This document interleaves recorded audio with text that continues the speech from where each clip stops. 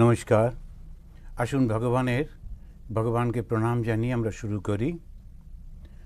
শান্তাকারম ভুজগশয়নম পদ্মনাভম সুরেশম বিশ্বাধারম গগনসদৃশম মেঘবর্ণম শুভাঙ্গম লক্ষ্মীকান্तं কমলনয়नं योगिभिः ध्यानगम्यं वन्दे विष्णुं भवभयहरं सर्वलोकैकनाथं।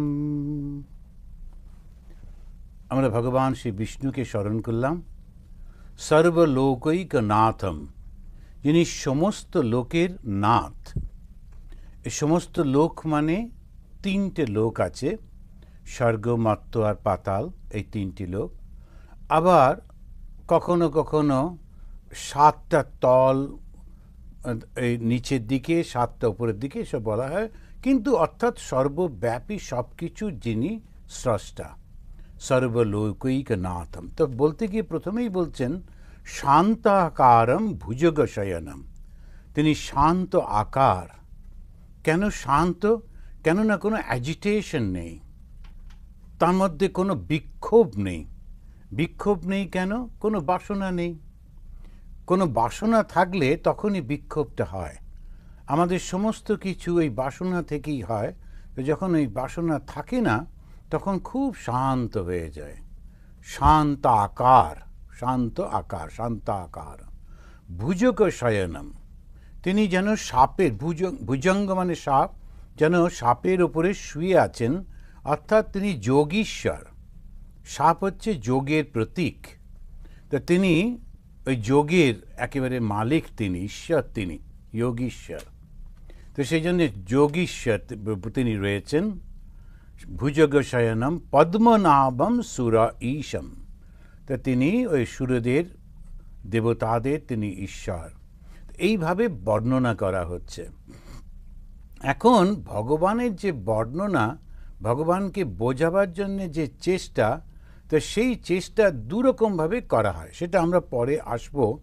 তো এই নানান রকমভাবে চেষ্টা করা হয় ভগবানকে কিভাবে বোঝানো যায়।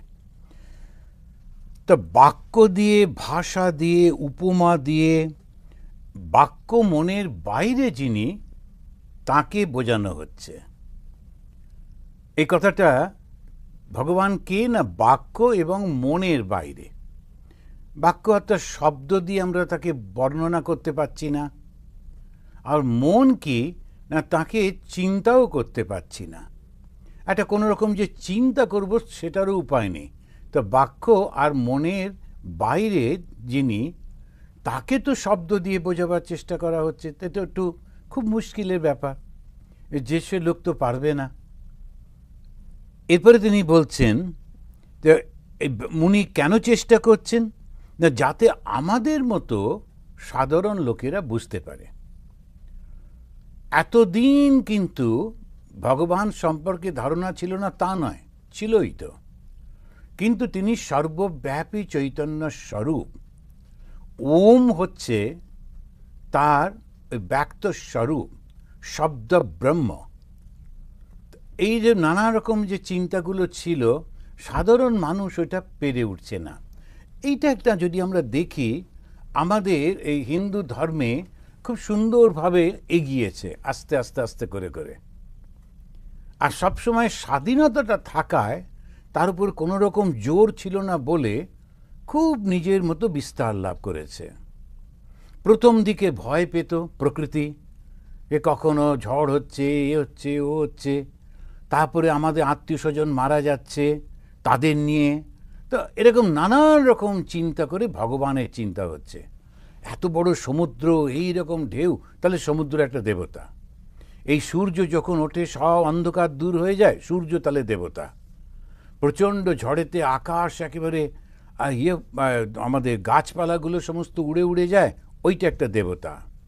আকাশ অবশ্যই দেবতা, এত বড় যখন, এরকম করে করে একটা কল্পনা হচ্ছে।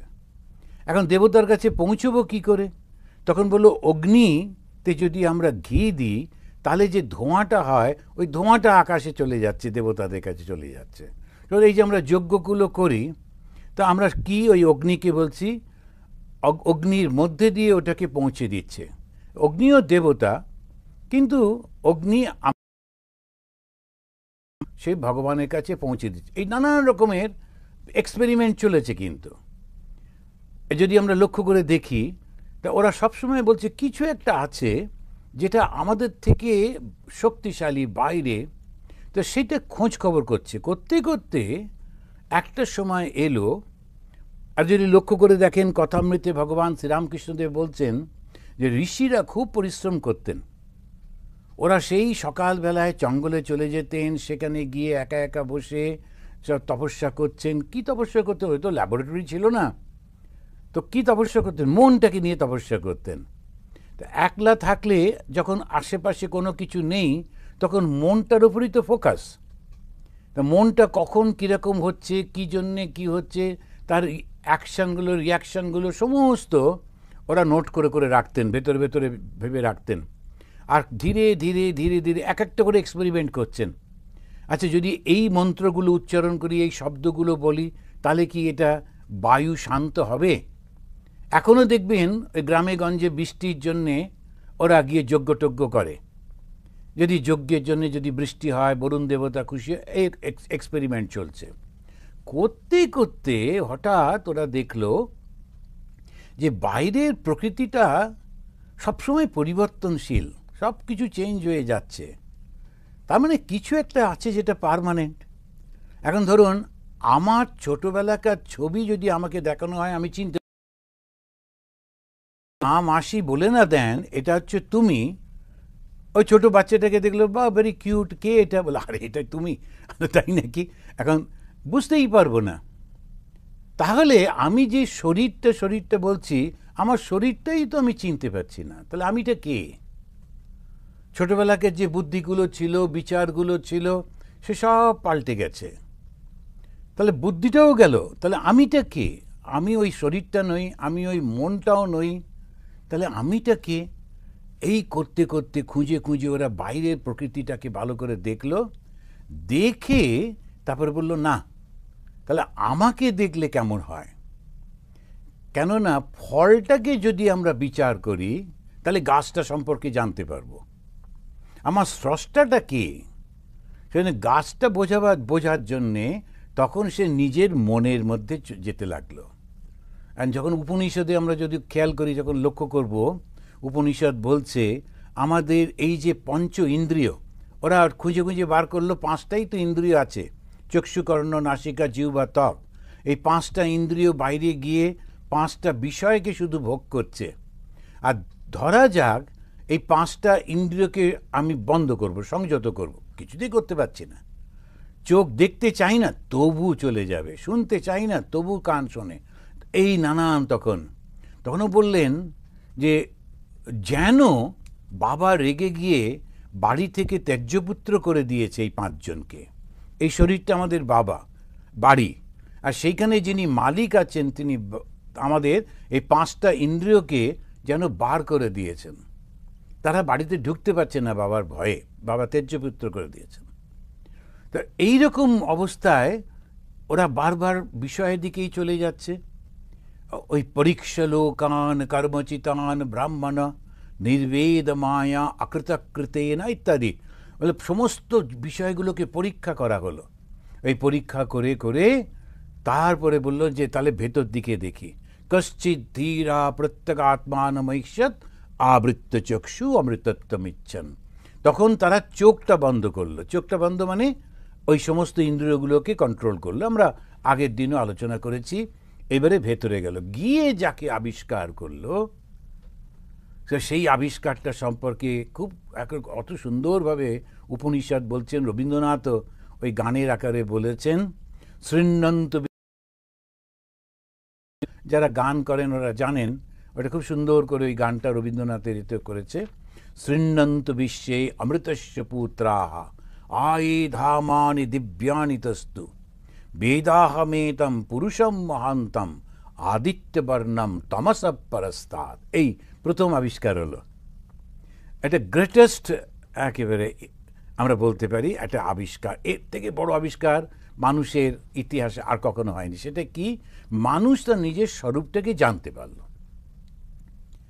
এটা বহুদিনের পুরনো কথা। ঋষিরা এটা জানতেন। তারপরে ধীরে ধীরে সমাজটা বড় হলো। তো সমাজ যখন বড় হলো, সাধারণ লোকগুলো, তাদের তো ওই খাওয়া আর বাঁচা, এছাড়া তো আর কোনো কিছু নেই। সাধারণত সব কিছুই তো একটা, যেমন আমরা পশুদের দেখি, জন্মালো, একটু লাফালাফি করে, খায় দেয়, ঘুমিয়ে পড়ে, আবার ওঠে, আবার খায়, এই চলতে থাকে, করতে করতে একদিন মারা যায়। তেমনি মানুষেরও ওই বড় হয়, একটু পড়াশুনো শেখে, নানা রকমভাবে ইনকাম করে, তারপরে একদিন মারা যায়। এরমভাবে তো চলছে। তখন হলো, এর বাইরে কি আর জগৎ নেই নাকি? এটা কোথায় আমরা বারবার বারবার ঘুরছি কেন এর মধ্যে? এই যখন এই চিন্তাটা এলো, তখন ওরা চিন্তা করতে লাগলো এর বাইরে কি করে যাওয়া যায়। সাধারণ লোক যখন এই প্রশ্নগুলো করছে, তখন একটা উপনিষদে আছে, সেখানে একজন সাধারণ মানুষ, তো তিনি অনেক ধনদৌলত হয়েছে, তার সব কিছু হয়ে গেছে, এইবারে তিনি একজন ঋষির কাছে এসেছেন। এসে বলছেন, কস্মিন্নু ভগবো বিজ্ঞাতে সর্বমিদম বিজ্ঞাতম ভবতীতি। আপনি কি আমাকে বলতে পারেন স্যার, যে কি জানলে আমি সব কিছু জেনে যাব?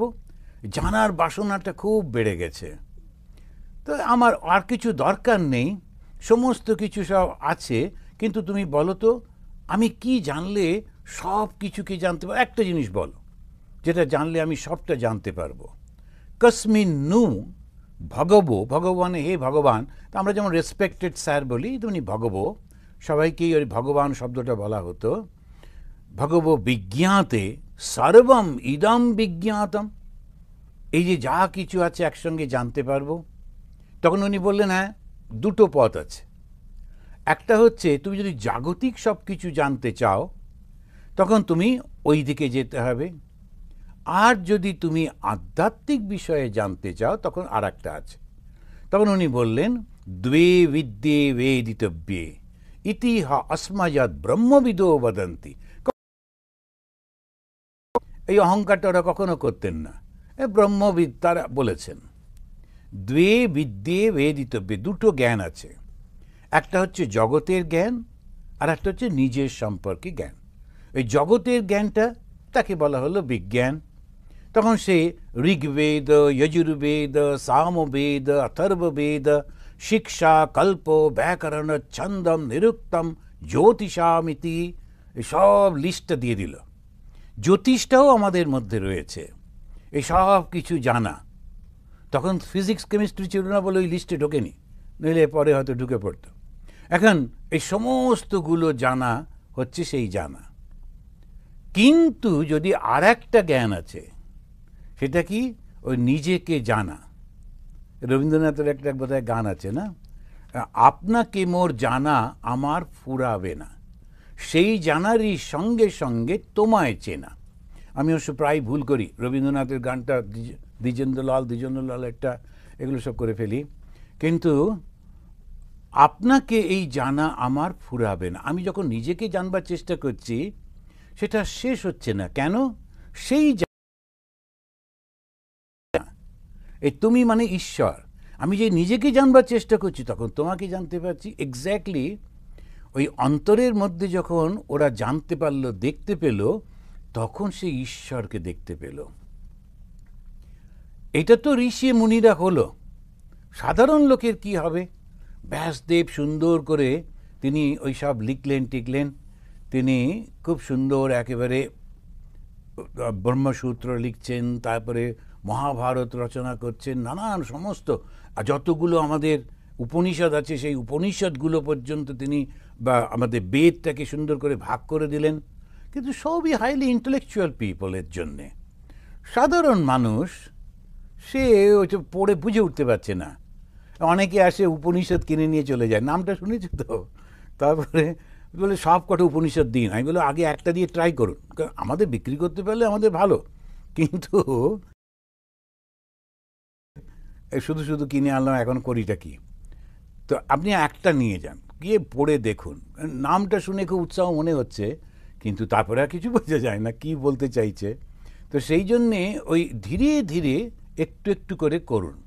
তো সাধারণ লোকের কী হবে করছেন, ওই সেই সময় নারদ এসে বললেন, তুমি ভগবানের রূপটা বর্ণনা করো, ভগবানের লীলাটা বর্ণনা করো, আর সেইটা মানুষকে তার নিজের জীবনের সঙ্গে সুন্দর তারা মিল খুঁজে পাবে।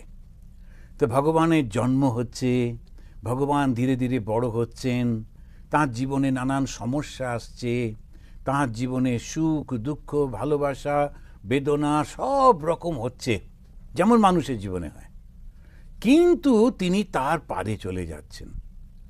ওইটা মানুষ নিজের সঙ্গে রিলেট করতে পারবে, মেলাতে পারবে, আর তখন খুব ভালো হবে। সাধারণ মানুষের জন্যে তখন বললেন তাহলে ঠিক আছে।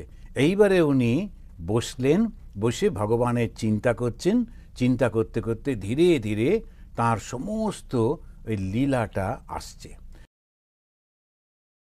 হলো ভাগবত। তা ভগবানের কথাটাই হচ্ছে ভাগবত। তো এই ভগবানের বাংময়ী মূর্তি, তো ভগবানের মূর্তিটাকে, রূপটাকে শব্দ দিয়ে, বাক্য দিয়ে তিনি আমাদের সামনে প্রেজেন্ট করলেন, আর আমাদের খুব ভালো লাগছে। দারুণ অ্যাকশনের ঘটনা না? প্রথমে যখন কৃষ্ণের জন্মের আগে কৃষ্ণের মা, তার দাদা ওকে খুব ভালোবাসে, বিয়ে দিয়েছে নিজেই আর একজন রাজার সঙ্গে যাকে ওর খুব পছন্দ। সেই রাজার বিয়ে দিয়ে নিজেই আবার ঘোড়ার গাড়ি করে বোনকে নিয়ে যাচ্ছে নতুন বিয়ের পরে। খুব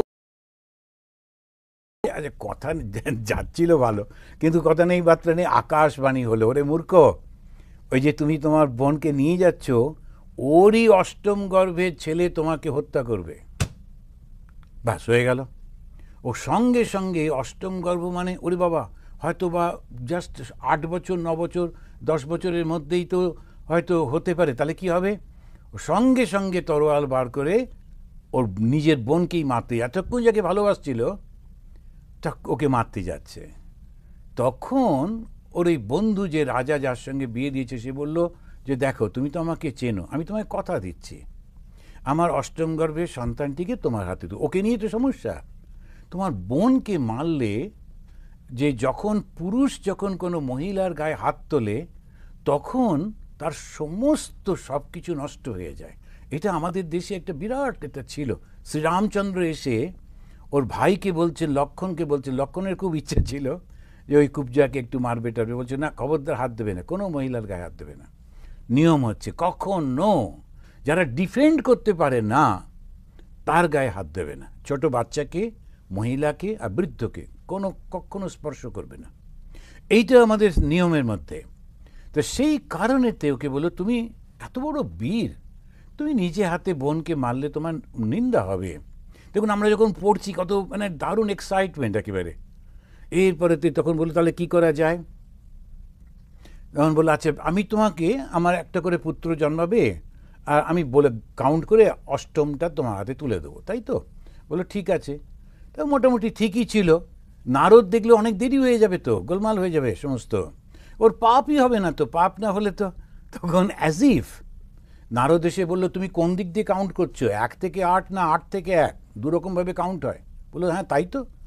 এখন প্রথমটাও তো সেই অষ্টম হতে পারে যদি 8-এর পরে যদি উল্টো দিকে কাউন্ট করি। বলে না আমি তোমায় বন্দি করে রাখবো এবং প্রত্যেকটা বাচ্চাকে আমি মেরে ফেলবো, আমি জানি না কোনটা অষ্টম, বোঝা যাচ্ছে না, সুতরাং কাউন্টিংয়ে আমি একটু, তাছাড়া ওরা তো একটু যুদ্ধবিদ্যা করতো, অত অঙ্ক টঙ্ক বুঝতো না। বলে না দরকার নেই, যে জন্মাবে তাকেই মারবো। বলে আচ্ছা ঠিক আছে, বন্দি করে রাখলো, একটার পর একটা সন্তানকে হত্যা করছে। আর শিশুকে হত্যা করার মতো পাপ আর হয় না, পাপের বোঝা পূর্ণ হয়ে গেল। এই অষ্টম গর্ভের সন্তান জন্মালেন, স্বয়ং বিষ্ণু মা বাবাকে সাহস দেবার জন্যে তিনি ওই রূপ ধারণ করে বললেন তোমরা একদম ভয় পেও না, আমাকে দেখতে ছোট বাচ্চার মতো বটে কিন্তু আমি বিষ্ণু, তোমরা ভয় পেও না, চলো আমাকে নিয়ে নদী পেরিয়ে, যমুনা পেরিয়ে ওই রকম একটা গ্রামে যেখানে একটা মেয়ে জন্মেছে একই সময়, তুমি ওকে নিয়ে এসো আর আমাকে ওখানে রেখে এসো। এই সব চললো গল্প। আমরা এই সমস্ত 10ম অধ্যায়ে যখন আসব সেই গল্পগুলো আমরা সবাই জানি, কৃষ্ণের গল্প, কি ভাল লাগছে না শুনতে, কতবার শুনেছি। তো এখনো যদি ওর উপর নাটক হয় আমরা রাত জেগে দেখব। কেন কি এ ভগবানের কাহিনী। আর যদি সুন্দর করে কেউ ব্যাখ্যা করতে পারে, সিনেমা করতে পারে, ছবি আঁকতে পারে, দেখবেন মানুষ একেবারে পাগলের মতো দেখবে। সব থেকে পপুলার সিনেমা ওই যেটা রামায়ণ হলো, মহাভারত হলো ভারতবর্ষে। এমনকি প্রাইম মিনিস্টার মিটিংটার টাইম চেঞ্জ করে দিলেন, না এখনই মহাভারত দেখাবে, 1 ঘন্টা পরে দেখব। এই না ভগবানের কাহিনী এত অ্যাট্রাকটিভ যে কিছুতেই সেটা বন্ধ করা যায় না, চাই না চাই ভীষণ। তো ভগবান দর্শন হয়েছে এরকম মানুষ বুঝবো কি করে? তার দিকে মানুষ খুব ছুটে ছুটে যায়, স্বাভাবিকভাবে যায়। ওটা ওকে অ্যাডভার্টাইজ করতে হয় না। অনেকে একটু অ্যাডভার্টাইজমেন্ট করে টোরে, তাতে করে খানিকটা, আজকাল তো সব অ্যাডভার্টাইজমেন্টের ব্যাপার। এরা কেউ একটা বেশ সমুদ্রের ধারে বসে আছেন, তিনি পেছন দিক দিয়ে বকটক উড়ে যাচ্ছে, আর তিনি ধ্যান শেখাচ্ছেন, এসব ছবি টবি দিল, লোকেরা ওর কাছে গেল, এটা অ্যাডভার্টাইজমেন্ট। কিন্তু শ্রীরামকৃষ্ণ চুপ করে বসে আছেন দক্ষিণেশ্বরে, একেবারে কোনো কিছু নেই, দলে দলে লোক যাচ্ছে, ওই ঈশ্বর লাভ হয়েছে। তো ঈশ্বর লাভ মানেই একটা প্রচণ্ড আকর্ষণ, আর সেই আকর্ষণে ওর নাম শুনলেই মনে হয় আচ্ছা একটু কি দেখা করে আসি, গেলেই ভালো লাগছে। কেন? ওই প্রকাশ, ওই কৃষ্ণের সেই রকম আমরা দেখব। তো তখন ব্যাসদেব শুরু করছেন, তো স্কন্ধ বলে, প্রথম একটা স্কন্ধ, তারপরে অধ্যায়, তারপরে হচ্ছে শ্লোক। তো যখন নাম্বারিংটা করে তখন হচ্ছে আমরা যেটা আজকে পড়ব 1-1-1, তা প্রথম স্কন্ধ, তারপরে প্রথম অধ্যায়, এবং তারপরে 1 নম্বর শ্লোক। আমি একটু ভেঙে ভেঙে বলছি। জন্মাদি অস্য যতো অন্নয়াত ইতরত অর্থেষু অভিজ্ঞাস্বরাট তেনে ব্রহ্মহৃদায় আদিকবয়ে মুহ্যন্তি যৎ সূরয়ঃ তেজো বারি মৃদাম যথা বিনিময়ো যত্র ত্রিসর্গো অমৃষা ধামনা স্বেন সদা নিরস্তকুহকম সত্যম পরম ধীমহি। এই লাস্ট শব্দটাই খুব ইম্পর্টেন্ট, সত্যম পরম ধীমহি। তো ধীমহি মানে ধ্যান করি, সে ধ্যান কার উপরে করছি? সত্যম, সত্যের উপরে। আর যিনি পরম, পরম মানে চরম, পরম মানে শ্রেষ্ঠ, ওর উপরে আর হয় না। পরম মানে সমস্ত ভগবানের মধ্যে শ্রেষ্ঠ তিনি, ঈশ্বরের মধ্যে শ্রেষ্ঠ তিনি। আর তিনি কীরকম? সত্য।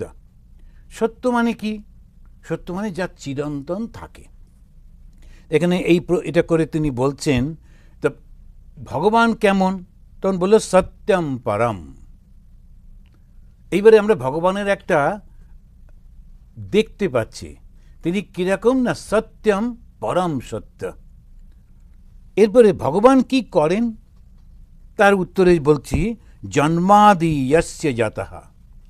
জন্মাদি, জন্ম আদি, আদি দিয়ে শেষ করলো। তোমাদের এই সংস্কৃত পড়াতেন যিনি আমাদের ট্রেনিং সেন্টারে বেলুর মঠে, ওই মহারাজ বলতেন ঋষিরা ভীষণ কৃপণ ছিল, একটা শব্দ যদি কমাতে পারত সেন্টেন্স থেকে ওদের পুত্র লাভের আনন্দ হতো। কিছুতেই একটু ভেঙে ভেঙে বললে আমাদের কত সুবিধে না, ওখান থেকে ওই একেবারে করে, কেননা একটা শব্দের মধ্যে দিয়ে এতটা ব্যাখ্যা তো হলো আমাদের যে প্রাণ বেরোয়। কেন কি এখন একটু ছোট ছোট ভেঙে ভেঙে বললে কত সুবিধে হতো, কিন্তু শুনবে না।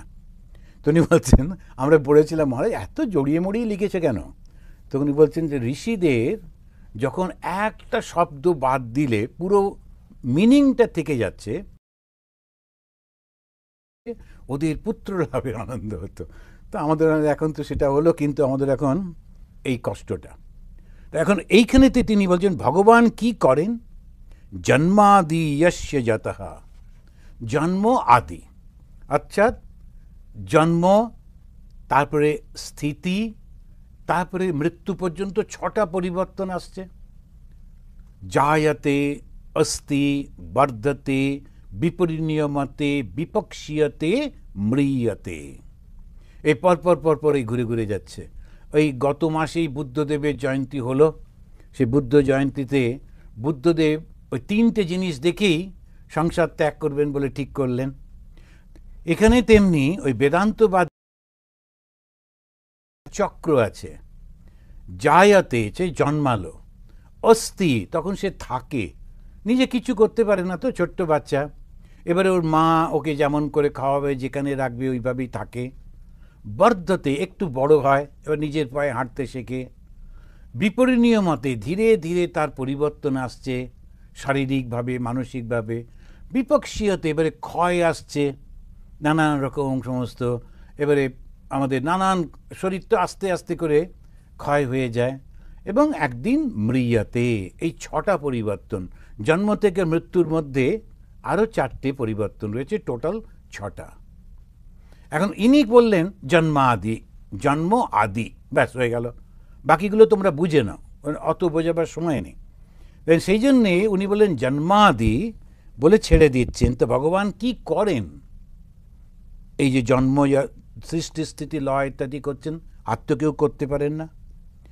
সৃষ্টি কি সত্যি বস্তু? এবার একটা প্রশ্ন হলো, সৃষ্টি তিনি যদি করলেন এবং সেটা যদি সত্যি হয়, তাহলে একটা সমস্যা আছে। কি সমস্যা? না, তখন দুটো জিনিস দাঁড়িয়ে যাচ্ছে। একটা হচ্ছে ভগবান, যিনি কখনো পরিবর্তন হন না, আর একটা তার সৃষ্টি। একবার সৃষ্টির পর ছাত্র থেকে যাবে, তখন কি হবে? দুটো যদি একসঙ্গে থাকে তাহলে তো সংঘর্ষ। আর যখন সংঘর্ষ হবে তখন একটা না একটা তো ভেঙে পড়বেই, হয় সৃষ্টি ভেঙে পড়বে, নয় ভগবান ভেঙে পড়বে। তো স্বামী বিবেকানন্দ একটা জায়গায় বললেন, শ্যাল গড ডাই?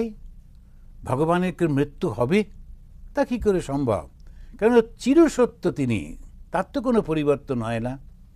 এইখানে এসেই সমস্ত আমাদের বড় বড় দার্শনিকরা তারা একদম মাথা খারাপ। কী করে বর্ণনা করবে? আপনি দেখবেন সেমেটিক রিলিজিয়ান, যেটা আব্রাহামিক রিলিজিয়ান, ওরা বললেন ভগবান তিনি বললেন let there be light, there was light. তারপর একটা লিস্টও বানিয়েছে। সোমবার দিন ভগবান জল সৃষ্টি করলেন, মঙ্গলবার দিন এই সৃষ্টি করলেন, বুধবার দিন এই সৃষ্টি করলেন, করে করে শনিবার পর্যন্ত যাওয়ার পর সব সৃষ্টি শেষ। শনিবারে মানুষ সৃষ্টি হলো, আবার মানুষের থেকে তখন একবার মানবী সৃষ্টি হলো, হবার পর রবিবারটা কি করবে? তখন রেস্ট নিল। তখন ইসলাম তারা মোটামুটি ওই একই জায়গাকার লোক, বললো আমরা ওইটা ফলো করলে বলবে যে আমাদের নকল করছে, একটু চেঞ্জ করলো। বললেন না, উনি শুক্রবারে রেস্ট নিয়েছিলেন, সেজন্য ইসলামে ওরা রবিবারে কাজ করে, শুক্রবারটা রেস্ট করে। এরকম করে একটু চেঞ্জ করলো। তারপরে ওই জুইসরা বললো আরে তোমরা আবার আমাদের সমস্ত নকল করছো, আমাদের তো সাবাত টাবাদ আছে। তো খুব এরকম করে করে একটা করছে। আমরা ওর মধ্যে যাইনি। আমাদের যে ইন্ডিয়ান যে রিলিজিয়ান, তো তারা ওই বিচার করতে বসলো। তখন 3টে খুব স্ট্রং মতবাদ এসে গেল। একটা মতবাদ হলো দ্বৈত, যেমন এই ইব্রাহিম এদের সমস্ত, যাদের ভগবান আলাদা, আমি আলাদা। ভগবান আমাকে সৃষ্টি করলেন, করে বললেন তুমি আমার কাছে পৌঁছবার চেষ্টা করো, কিন্তু তুমি খুব বেশি হলে আমার কাছে আসতে পারো, কোনো দিন আমি হতে পারবে না, এটা মনে রেখো। বলে উনি সৃষ্টি করে দিলেন। তারপরেতে আমরা ওরকমভাবে চিরন্তন এই চলেছে, আমরাও আলাদা।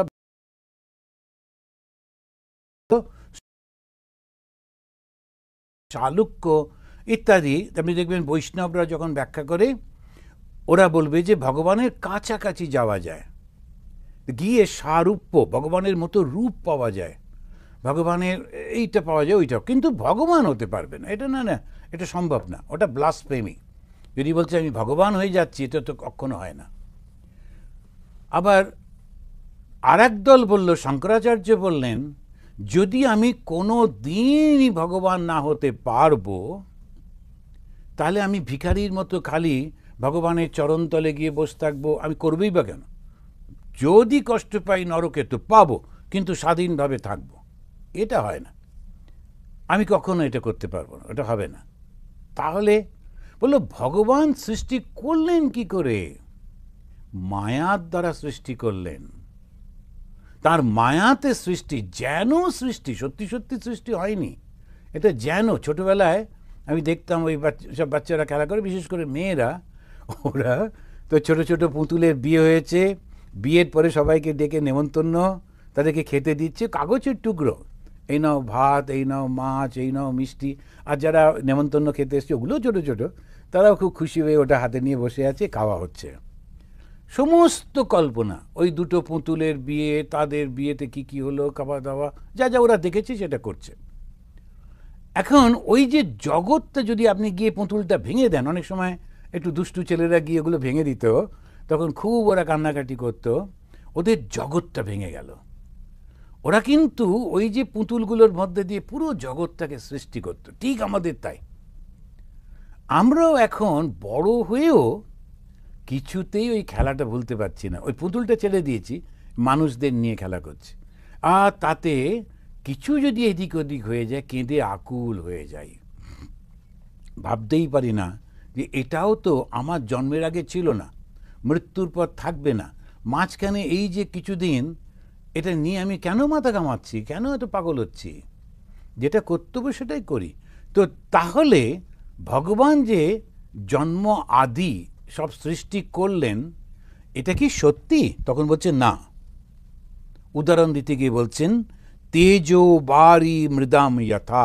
ওই যে শ্লোকটা পড়লাম তাতে রয়েছে তেজো বারি মৃদাম যথা। এখন যখন তেজ হয়, সূর্যের তেজ, আপনারা যখন রাস্তা দিয়ে আমরা যাই, যখন দেখবেন খুব গরমকালে, বিশেষ করে ইন্ডিয়া টিন্ডিয়া যে খুব পরিষ্কার দেখতে পাওয়া যায়, যখন দুপুরবেলায় গাড়ি চালাচ্ছি, দূরে একেবারে কালো রাস্তার উপরে চকচক করছে জল, রিফ্লেকশনও দেখতে পাওয়া যাচ্ছে। কিন্তু কাছে যান, কিচ্ছু নেই। মরুভূমিতে যেতে হবে না, রাস্তাতেই দেখতে পাওয়া যায়। তা তেজ ও বাড়ি, তেজের মধ্যে সূর্যের তেজেতে আমরা জল দেখছি। সূর্যের তেজে কি করে জল থাকবে? কি দেখছি তো, নিজের চোখেই তো দেখছি।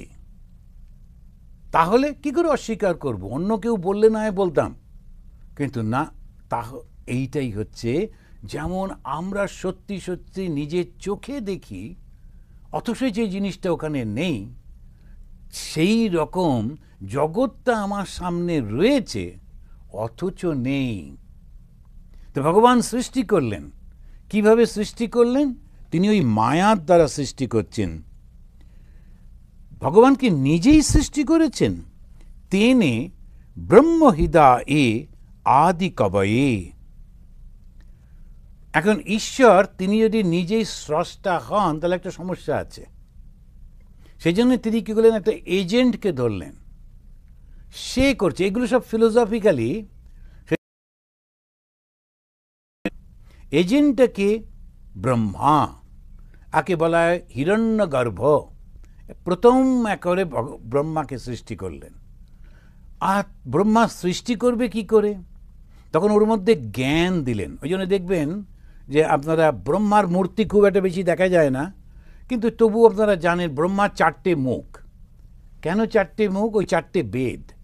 সত্যি সত্যি 4টে মুখ হয় না, কিন্তু আমরা ওই এমনভাবে বলা হয় যখন মানুষটা যেন 4টে মুখ রয়েছে। 4টে মুখ নিলে শোবে কী করে?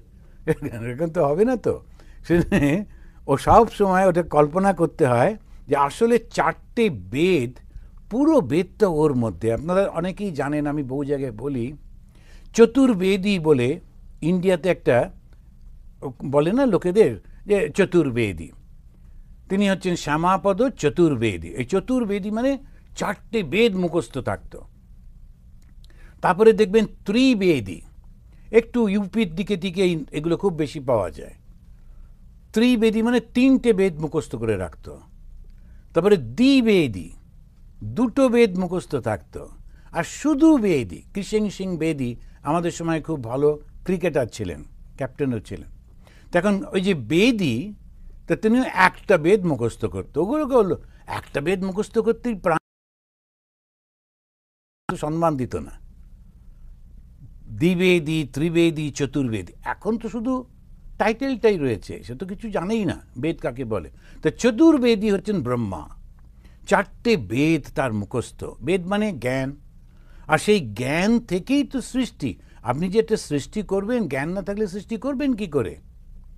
অ্যান্ড সেইটাই এখানেতে তিনি বলছেন, ভগবান নিজেই সৃষ্টি করছেন? বলছেন না, তিনি তার একটা ইমেজ তৈরি করলেন।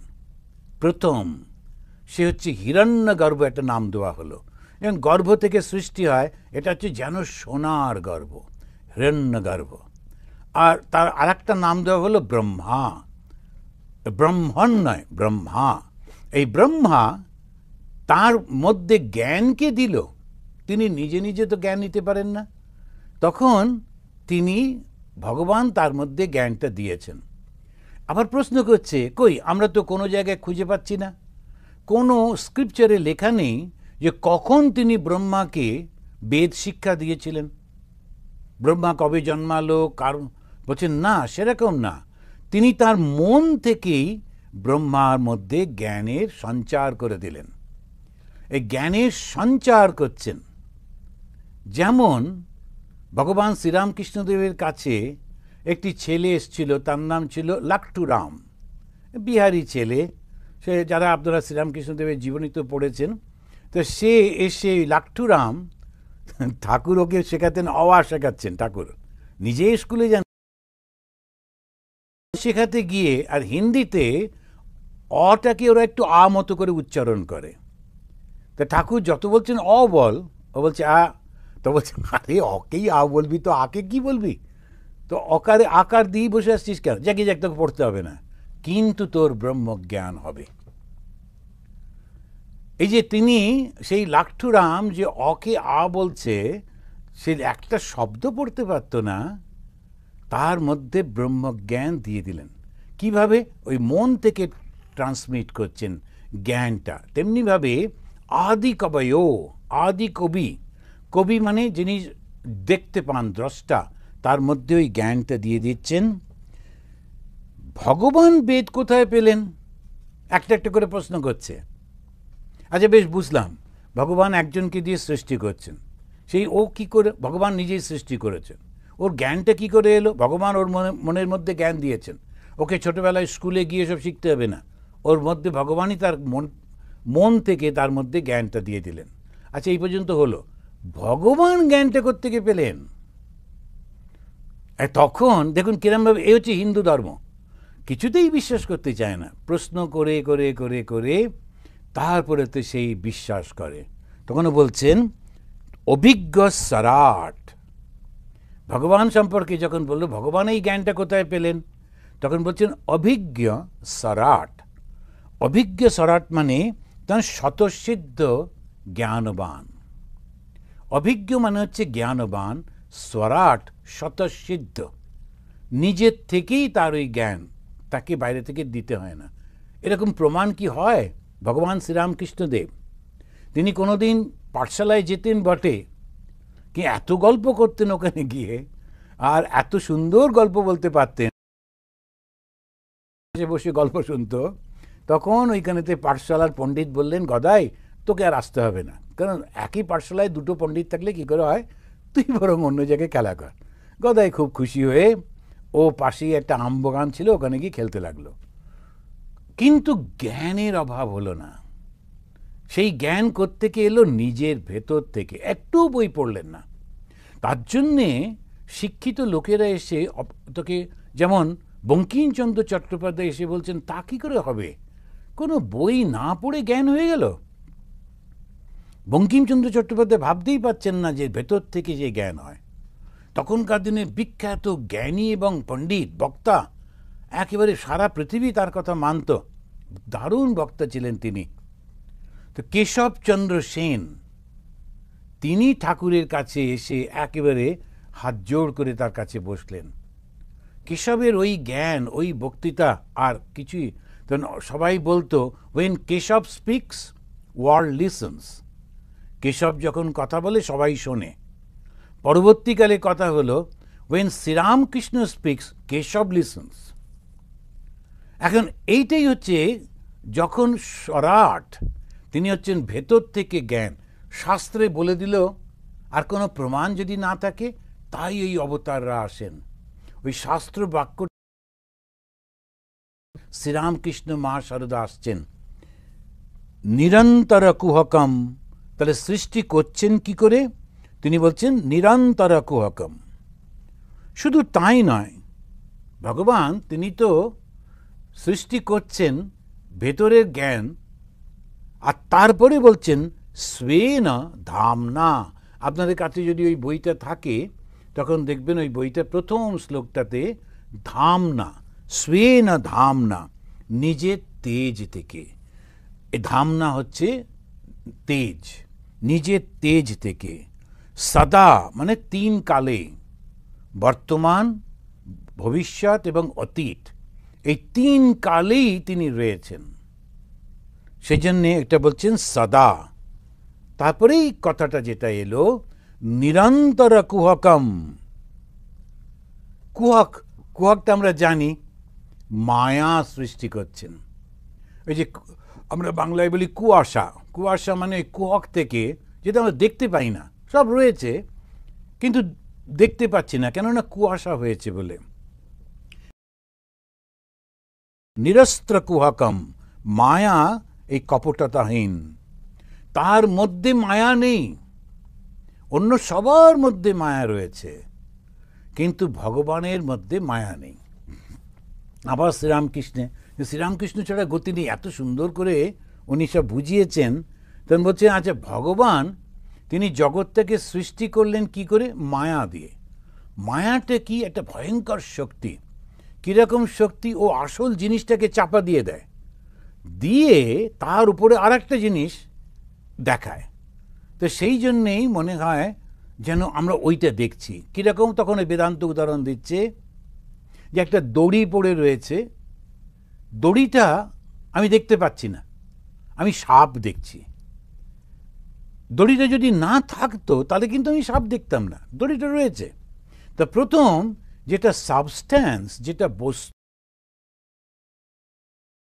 এবারেতে আচ্ছা চাপা দিয়ে দড়িটা নেই এরকম দেখাচ্ছে না, ওর উপর সাপ দেখাচ্ছে, ওর মতো একটা কিছু ওর উপরে চাপিয়ে দিল। তা সেই জন্যেই ওই যে মায়াটা কীরকম, ঈশ্বরের শক্তিটা কীরকম, আসল যেটা সেটা চাপা দিয়ে তারপরে আর একটা কিছু দিয়ে দেয়, তখন আমরা ওইটাকে ভুল করে ফেলি। আসল এই যে জগৎটা, সেটা আর তো কিছু না, সেটা সম্পূর্ণভাবে ঈশ্বর, চৈতন্যময়, চৈতন্য ছাড়া কিছু নেই। তথাপি আমরা চৈতন্য দেখতে পাই না, কেননা চৈতন্যের ওপরে আমরা কখনো পশু দেখি, পাখি দেখি, মানুষ দেখি, ভালো দেখি, মন্দ দেখি, নারী দেখি, পুরুষ দেখি, কত রকম ভ্যারাইটি দেখি। কে দেখছি? আমি দেখছি। কিভাবে দেখছি? আমি প্রজেক্ট করছি বলে দেখছি। এইটাই হচ্ছে এখন যে পৃথিবীটা, আমরা যারা ভারতবর্ষে জন্মেছি, বড় হয়েছি, আমাদের পৃথিবী কিন্তু এই ভারতবর্ষের ওইটুকুর মধ্যে। আমাদের হচ্ছে মানুষগুলোকে এরকম ফিচার এরকম দেখতে হয়, ব্যবহারগুলো এরকম হয়, তারা এই করে, তারা সেই করে, আমার ওইটাই জগৎ। এখানে যারা জন্ম হয়েছে ওরা আবার ওইটুকুই জগৎ। আমি বুঝতে পারছি না, আজকাল সায়েন্সের জন্যে আমরা অনেক কিছু দেখি, খানিকটা আইডিয়া হয়, তথাপি জগৎ হচ্ছে আমার ওইটুকু জগৎ। কেন? ওর থেকে বাইরে যেতে পারি না তো। স্বামী বিবেকানন্দ এই শিকাগোতে এসে উনি যে বক্তৃতা করলেন, বিখ্যাত বক্তৃতা, সেখানে তিনি দুটো ব্যাঙের গল্প বললেন। আপনারা জানেন, একটা হচ্ছে কুয়োর ব্যাঙ আর একটা হচ্ছে সমুদ্রের ব্যাঙ। সমুদ্রের ব্যাঙটা যখন কুয়োয় এসে পড়ে গেছে, কুয়োর ব্যাঙটা ওকে দেয়, তুমি আমার মতো দেখতে, তো তুমি কে? বলে আমিও ব্যাঙ। বলে আচ্ছা তুমি কোথা থেকে এলে? বলে সমুদ্র থেকে। ও সমুদ্র, সেটা কত বড়? আমাদের এই কুয়োটার মতো কি? বলে একটা লাফ দিয়ে বললো, এর থেকে বড় নিশ্চয়ই হবে না। সমুদ্রের ব্যাঙ বললো, ভাই আপনি কি বলছেন? সমুদ্র এরকম কোটি কোটি কুয়োর মধ্যে ডুবে যাবে, তো তুমি চলো না আমার সঙ্গে দেখা যাবে। না, আমি যাব না। আমার ঠাকুর দাদা, আমার বাবা সব এইখানে জন্মেছে, তারা সবাই বলেছে এটাই হচ্ছে সব থেকে বড় জলাশয় পৃথিবীতে, এর থেকে বড় জলাশয় হতেই পারে না। তা আমাদের পৃথিবী কোনটা? যেটুকু আমরা দেখি জানি, ওর তো বেশি যেতে পারি না। কেন? ওই মায়ার জন্যে। আর যেই মায়াটা দূর হয়ে যায়, সঙ্গে সঙ্গে দেখি এই সমস্ত জগৎটা তো আমি। বসুধৈব কুটুম্বকম, এই হিন্দু ধর্ম মানে কি? বসুধৈব ভগবানের নাম মারার ইচ্ছে হয়েছে, একটু গায়ে শক্তি আছে, প্র্যাকটিস করবে, ওটা একটা অন্য জিনিস। কিন্তু আমার ভগবানের নাম বলতে হবে, নইলে মারবো, এটা মোটেই হিন্দু ধর্ম নয়। হিন্দু ধর্ম হচ্ছে বসুধৈব কুটুম্বকম, এই সমস্ত যে পৃথিবী সব কিছু আমার কুটুম্ব, আমার আত্মীয়, এই হচ্ছে হিন্দু ধর্ম। কেন? ওটা ছাড়া তোর কিছু নেই। তো ওই জায়গায় যখন কেউ পৌঁছয়, তখন তাকে বলা হয় ওর ঈশ্বর লাভ হয়েছে। লোকেরা সারাক্ষণ বলে ঈশ্বর লাভ হয়েছে, ঈশ্বর লাভ হয়েছে, ওই যে নানা রকম সব সিনেমা টিনেমা দেখে। তো ঈশ্বর লাভ মানেই হচ্ছে আপনি চুপ করে বসেছিলেন, ঝুম করে একটা আলো, তার মধ্যে থেকে মা কালী এলেন, তারপর একটু কথাবার্তা হলো, এসব তখন এটা দাঁড় করিয়েছে। তখন ওইটা দেখে আমাদের মনে হয় ঈশ্বর লাভ মানেই সামথিং অন্য কিছু দেখছো। তা কেন? ঈশ্বর লাভ মানে হচ্ছে ওই জ্ঞান, যে জ্ঞানে তখন আর দুই দেখে না, সে এক দেখে। ফল কি হয়? ভালোবাসা। তা একজন যে ঈশ্বর লাভ করেছে বুঝবো কি করে? ওর ভেতরে পরিপূর্ণ ভালোবাসা, কোনো বিচ্ছেদ নেই। ইনি আমার, ও আমার নয়, এ কাছে আসবে, ও আসবে না, এইরকম যার আছে ওর ঈশ্বর লাভ হয়নি। বাকি যা হয়েছে হয়েছে, ঈশ্বর লাভ হয়নি। যখনই সে ক্ষুদ্রতার মধ্যে আসে, সেই জন্য মা শারদামণি দেবী তিনি বললেন, আমার শরত যা আমজাদও তাই। আমরা এটা প্রায় কোট করি যারা রামকৃষ্ণ ভাবধারার লোক, যে মা কীরকম যেন হিন্দু মুসলমানকে মিলিয়ে দিচ্ছেন। হিন্দু মুসলমানের ব্যাপারই নেই, না হিন্দু না মুসলমান, না সন্ন্যাসী না গৃহী। আসল হচ্ছে সত্য বস্তু ছাড়া তো কেউ নেই, আলাদা করে কেউ কি আছে? ওই হচ্ছে জ্ঞান। যখন মাস্টারমশাই তখনকার দিনে MA পাস, ক্যালকাটা ইউনিভার্সিটির MA পাস শ্রী মহেন্দ্রনাথ গুপ্ত, আর তখনকার দিনে ওর উপরে আর কিছু পড়াশুনো হতো না, ডবল MA করতো, ট্রিপল MA করতো। কিন্তু ওই MA পাস লোককে, যিনি স্কুলেই যাননি, একদিন দুদিন পাঠশালায় গেছিলেন, সেই শ্রীরামকৃষ্ণ বলছেন, জ্ঞান কাকে বলে বলো দেখি? উনি তো অবাক যে জ্ঞান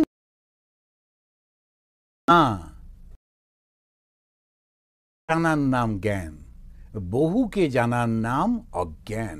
ওই যে সেই লোকটা আমরা উপনিষদে পেলাম, সে এসে জিজ্ঞেস করছে, কস্মিন্নু ভগবো বিজ্ঞাতে সর্বমিদম বিজ্ঞাতম, কি জানলে সব জানা হয়ে যায়? ওই এককে জানলে সব জানা হয়ে যায়, আর বহুকে জানলে তখন দুঃখ। তো এইখানে তিনি বলছেন ধীমহি, তাই তো তার ধ্যান করি। তা ভগবানকে ধ্যান করব কেন? ধী মানে ধ্যান করা। ধ্যান মানে কি? সম্পূর্ণভাবে তার সঙ্গে মিলিত হয়ে যাওয়া। যখন আমরা ভগবানের ধ্যান করি, তো দেখবেন গুরুদেবরা শেখাচ্ছেন যে তুমি ভগবানের সঙ্গে মিলিত হয়ে যাচ্ছ। ওই ধীমহি সম্পূর্ণভাবে ট্রান্সফর্ম হয়ে যাচ্ছে, আমরা তার ধ্যান করি। তো তার এইটা বলতে গিয়ে একটু, হ্যাঁ, বেদান্তে বলছে ব্রহ্ম সত্য জগৎ মিথ্যা, আবার ভাগবতে বলছে, বা এই যে ভক্তিসূত্রে বলছে ঈশ্বর সত্য জগৎ মিথ্যা। পার্থক্য কিছু হলো? শুধু দুটো শব্দ, একটা বলল ব্রহ্ম আর একটা বলল ঈশ্বর। চৈতন্য মহাপ্রভু তাই খুব সুন্দর করে এইটাই বলেছেন, যেটা জ্ঞানীরা যাকে ব্রহ্ম বলে, ভক্তরা তাকে ভগবান বলে, তিনটেই কিন্তু এক। কিন্তু আমরা অনেক সময় বুঝতে পারি না, খুব ঝগড়াঝাটি করতে। আবার যারা জ্ঞানী তারা অনেকটা সায়েন্স স্টুডেন্টের মধ্যে একটু তারা স্টাইল করে থাকে। সায়েন্স যারা পড়ে না ওদের একটুখানি, তুই কি পড়িস? না আমি একটু আর্টস নিয়ে পড়ি। ও ওই কবিতা টবিতা লিখিস না, আচ্ছা বেশ, যা তুই সব বুঝবি না।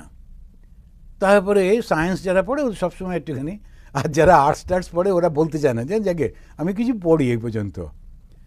কিন্তু জ্ঞান তো জ্ঞান, সায়েন্স আর্টস নিয়ে কোনো ব্যাপারই নেই। এইখানেতে এটাই তিনি বলছেন, বেদান্তে বলছে ব্রহ্ম সত্য জগৎ মিথ্যা। সত্য কখনো পরিবর্তন হয় না, ওটাই সত্য। স্বামী বিবেকানন্দ তিনি ভারতবর্ষকে উদ্দেশ্য করে বলছেন, হে সত্য। তো ভারতবর্ষের তিনি জিওগ্রাফিক্যাল বাউন্ডারিটাকে বলছেন না, কিন্তু ও তো চেঞ্জ হয়েছে কত। আগে আগে যখন সেই ভারতবর্ষের পিকচার দেখতে পাওয়া যায়, বিশাল ভারতবর্ষ, তারপরে সেটা কমতে কমতে এখন একটা এসে দাঁড়িয়েছে। আবার ঝগড়াঝাঁটি করে যদি টুকরো টুকরো হয়, সেটা আবার একটা হবে। কিন্তু আসলে ভারতবর্ষ কোনটা? ভারতবর্ষের মধ্যে যে জ্ঞানটা লাভ হয়েছে, ভারতবর্ষের সে সুন্দর যে নদীগুলো, যার তীরেতে খুব সহজেইতেই ফসল ফলাতে পারত যে মানুষগুলো, তাদের মধ্যে থেকে কেউ কেউ ঋষি মুনি, তারা যে সত্য আবিষ্কার করলেন, সেটা একের জ্ঞান। তাই সেই জ্ঞানটাকেই স্বামীজি বলছেন হে সত্য। ওই জিওগ্রাফিক্যাল কান্ট্রিটাকে তিনি বলছেন না। তাহলে মিথ্যা কোনটা? যা সব সময় পরিবর্তন হয়। এবারে যদি চোখ বুজে জিজ্ঞেস করি নিজেকে কি কি পরিবর্তন হয়েছে, প্রথম নিজের দিকে তাকিয়ে দেখুন, সব পরিবর্তন হয়ে গেছে। আমি একটা বাড়িতে গেছিলাম, দারুণ সুন্দর দেখতে একজন ভদ্রলোক, আর তার চুলগুলো খুব স্পেশাল, গ্রাম কুকড়ে কুকড়ে কুকড়ে একদম, মাথা খুব সুন্দর। তা আমি বললাম, আমিও একটু বোঝা উচিত ছিল, তো আমি ওকে ভদ্রলোককেই জিজ্ঞেস করছি, এটা কার ছবি, খুব সুন্দর চুল? বলছে, মহারাজ এককালে আমিই ছিলাম। তখন তোর মাথাতেই খুব সুন্দর চুল ছিল, এখন একটা চুল নেই। এখনও বেচারি শুধু ছবিটা টাঙিয়ে রেখে দিয়েছে, আর এখন কেউ এলে জিজ্ঞেস করতে বলতে হয় যেটা আমি। এখন ভেবে দেখুন তো, আমাদের কী যে পরিবর্তন, কত রকমের পরিবর্তন, নিজেই বুঝতে পারছি না, অথচ বুকের হাত দিয়ে আমি আমি আমি করছি। এইটাই হচ্ছে মিথ্যা। সব সময় এই জিনিস, ব্রহ্মকে সর্বব্যাপী চৈতন্য, যিনি চৈতন্য, চেতনা, সর্বত্র চেতনা রয়েছে। ঈশ্বরকে সর্বব্যাপী ভগবান। খুব একটা পার্থক্য আমরা কখনো দেখতে পাচ্ছি না, শুধু টার্মিনোলজিগুলো চেঞ্জ হচ্ছে। এইবারেতে ওই ভগবানকেই ধ্যান করতে বলছেন, কিন্তু সর্বব্যাপী যে ব্রহ্ম, তাকে কি আমরা ধ্যান করতে পারবো? না। সেই জন্যে দেখবেন যারা জ্ঞান পথের প্রতীক, ওরা কিন্তু ধ্যান করে না। যারা জ্ঞান পথের প্রতীক, তারা ধ্যান করে না। কেন? কার ধ্যান করবে? কে ধ্যান করবে? সেই কারণে ওরা শুধু বিচার করতে থাকে, শুধু বিচার করতে থাকে। এইটা আমরা অনেক সময় বুঝতে পারি না। তো জ্ঞানীরা ওরা কিন্তু কখনো ধ্যান করে না, ওরা একলা নিশ্চিন্ত কোনো জায়গায় বসে শুধু বিচার করে। এই রকম, এই আমি কি, এই হাড় মাংসের এই যে শরীরটা, এটা কি আমি? এই যে মনটা সবসময় নানান রকম উথাল পাতাল হচ্ছে, এই কি আমি? আমিটা কে? আমি তো সেই চৈতন্য স্বরূপ। তা ওটা একটু অন্য রকম। সেই জন্য শ্রবণ, মনন আর নিদিধ্যাসন, শুধু গভীর বিচারের মধ্যে ডুবে যায়। তো ধ্যান কারা করে? যোগীরা করে। তখন কি করে? মনটাকে উঠিয়ে নিয়ে এসে চৈতন্যের ওপরে রাখে, একটা ওপরে রাখলো। আর কারা করে? ভক্তরা করে। ভগবানকে হৃদয়ের মধ্যে বসিয়ে ধ্যান করে। এবার দেখবেন যারা দীক্ষা নিয়েছেন, অনেক সময় আপনাদের গুরুদেব বলেছেন, হৃদয়ের মধ্যে একটা পদ্মফুল, সেই পদ্মফুলের উপর তোমার ইষ্ট দেবতা বসে আছেন, তুমি ইষ্ট দেবতাকে তুমি পুজো করছো, তাকে খেতে দিচ্ছ। এখন কি হচ্ছে? মনটা ওই অ্যাক্টিভিটি পেয়েছে, তো জগৎ থেকে উঠে এসে ভেতরে চলে গেছে, মনের মধ্যেই এসে চলছে। এবার জগৎটা থেকে যখন আপনি আর একটা জগৎ সৃষ্টি করছেন, ঘুমিয়ে ঘুমিয়ে নয়, জেগে, তখন ধীরে ধীরে মনটা ওই জগতের থেকে আলাদা হয়ে যায়। আর একটা কী হয়?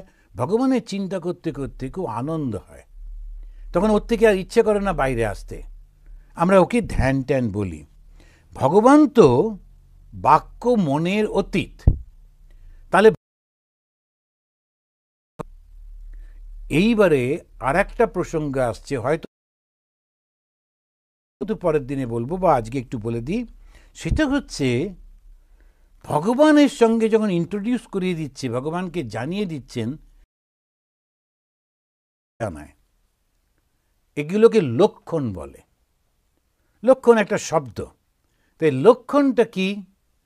দু রকমের লক্ষণ আছে। একটা হচ্ছে তটস্থ লক্ষণ, আর একটা হচ্ছে স্বরূপ লক্ষণ। লক্ষণ কাকে বলবো? যে আমি যাকে নির্দেশ করতে চাইছি তার উপরে আমি আর একটা কিছু চাপিয়ে দিয়ে বর্ণনা করি, কিন্তু যেটা চাপিয়ে দিয়ে বর্ণনা করলাম সেটা ওর সঙ্গে থাকে না, শুধু বোঝাবার জন্যে ওই রকমভাবে বলি। যেমন একজন বাবা তার ছেলেকে নদী দেখাচ্ছে, নদীটা একটু দূরে, ছোট ছেলে বুঝতে পারছে না, তখন উনি বললেন, তুমি ওই বড় তাল গাছটা দেখতে পাচ্ছ? বলে হ্যাঁ। এবারে তাল গাছের মাথাতে পাখি টাকিগুলো বসে, হ্যাঁ দেখতে পাচ্ছি। এবার নামো আর একটু করে তাল গাছ দিয়ে নেমে নেমে দেখো তো গোড়াতে ওই যে জল বয়ে চলেছে, ওই হচ্ছে নদী। তো তাল গাছটাকে প্রথমেই দেখালেন, তাল গাছ কিন্তু চেনাতে চাইছেন না, চেনাতে চাইছেন নদীটাকে, কিন্তু সাহায্য নিলেন তাল গাছে। একে বলেন তটস্থ লক্ষণা। সেই এমন একটা জিনিস যখন আমরা অন্য সাহায্য নিয়ে লক্ষ্যেতে পৌঁছে যাচ্ছি, তটস্থ লক্ষণ। ভগবানকে কি বললেন? তিনি সৃষ্টি স্থিতি প্রলয় করেন। তা সৃষ্টি স্থিতি প্রলয় কি অন্য কেউ করতে পারে? আর তো কেউ পারে না, তাহলে ভগবানই পারেন। কিন্তু সৃষ্টি স্থিতি প্রলয়টাই তিনি না, তিনি তার বাইরে। ওই যে তাল গাছটাই কিন্তু নদী না, তাল গাছটা নদীর বাইরে। এইভাবে কে আমরা আমাদের মনটাকে ভগবানের কাছে নেওয়া যায়। আমরা সৃষ্টি সম্পর্কে জানি, আমরা মৃত্যু সম্পর্কে জানি, আমরা বেঁচে থাকাটা বুঝতে পারি। আমরা মনটা ওই ভগবানের কাছে গিয়ে তখন কিন্তু সৃষ্টি স্থিতি প্রলয়ের ব্যাপারটা থাকছে না, তখন থাকছে ওই ক্রিয়েটার বা ভগবান। তো এইটাকে বলা হচ্ছে তটস্থ লক্ষণ। আরেকটা হচ্ছে স্বরূপ লক্ষণা। এই স্বরূপ লক্ষণটা কি? যে লক্ষণ লক্ষ্য বস্তুকে অন্যের থেকে পৃথক করে, কিন্তু সর্বদাই সেই লক্ষ্যের সঙ্গে যুক্ত হয়ে থাকে, তাকে বলে স্বরূপ লক্ষণা। যেমন ভগবান সৎ চিৎ আনন্দ স্বরূপ। তিনি সৎ মানে চিরস্থায়ী, চিৎ মানে জ্ঞানস্বরূপ, আর আনন্দ। এই সচ্চিৎ আনন্দ, এই তিনটে গুণ সবার মধ্যে থাকে না, যার মধ্যে থাকে তিনিই ভগবান। কিন্তু ওই সচ্চিৎ আনন্দ ভগবানের থেকে বিচ্ছিন্ন হয়ে যান না, ওই রকমভাবেই থাকেন। বললেন স্বরূপ লক্ষণা, ওটাই ওর স্বরূপ। তা আজকে আমরা এই পর্যন্ত, এর পরের দিন ভাগবতের প্রথম 3টে শ্লোক খুব গুরুত্বপূর্ণ, খুব অন্যগুলো আছে, এই 3টে দিয়ে খুব ফিলোসফিটাকে বুঝিয়ে তারপরে গল্পের মধ্যে নিয়ে যাচ্ছে, ঘটনার মধ্যে নিয়ে যাচ্ছে। তা প্রথমে আমরা ভাগবতে আমরা কাকে পাচ্ছি? যাকে বেদ উপনিষদ ব্রহ্ম বলছে তাকেই পাচ্ছি। কি নামে পাচ্ছি? ভগবান নামে পাচ্ছি। সেই ভগবানকে আমরা বুঝছি কি করে? দুটো লক্ষণার মধ্যে দিয়ে। একটা হচ্ছে স্বরূপ লক্ষণ, আর একটা তটস্থ। তট মানে যে সোর, তো সোরের উপরে যে তটস্থ লক্ষণের মধ্যে দিয়ে যাচ্ছি। তারপরে আস্তে আস্তে দেখবেন এইটা হচ্ছে হিন্দুইজমের, বিশেষ করে বেদান্ত এত সুন্দর করে সব কিছু বোঝায় যে আমরা যখন কাউকে বোঝাতে চাই একটা শব্দ ব্যবহার করি, কিন্তু সেইটা ঠিক মিন করি না, তার একটা অন্য অর্থ মিন করি। কিন্তু যেমন আমরা যখন হর্স রেস হয়, তখন একজন এসে বলল কালোটা যা দৌড়, কালো কি করে দৌড়বে? কালো তো একটা রং। আসলে কিছু বলল, যাকে বলল সেও বুঝে। আসলে যখন আমরা অর্থটা বুঝতে যাচ্ছি, ঘোড়াকে বলল কালো। সচিন যখন ছক্কা মারল, 6 মারল, তখন পুরো স্টেডিয়াম উঠে দাঁড়ালো। স্টেডিয়াম কি করে দাঁড়াবে? হতো কাঠের বা লোহার। আসলে স্টেডিয়ামে বসে থাকা লোকগুলো উঠে দাঁড়ালো। তো এইভাবে লক্ষণগুলো বলা হয়। তা আমরা এইভাবেই ধীরে ধীরে ভগবানকে বুঝে তার কাছে যাব। আজকে 3 বার শান্তি বলে শেষ করি। ওম শান্তি শান্তি শান্তি। হরিঃ ওম তৎসৎ।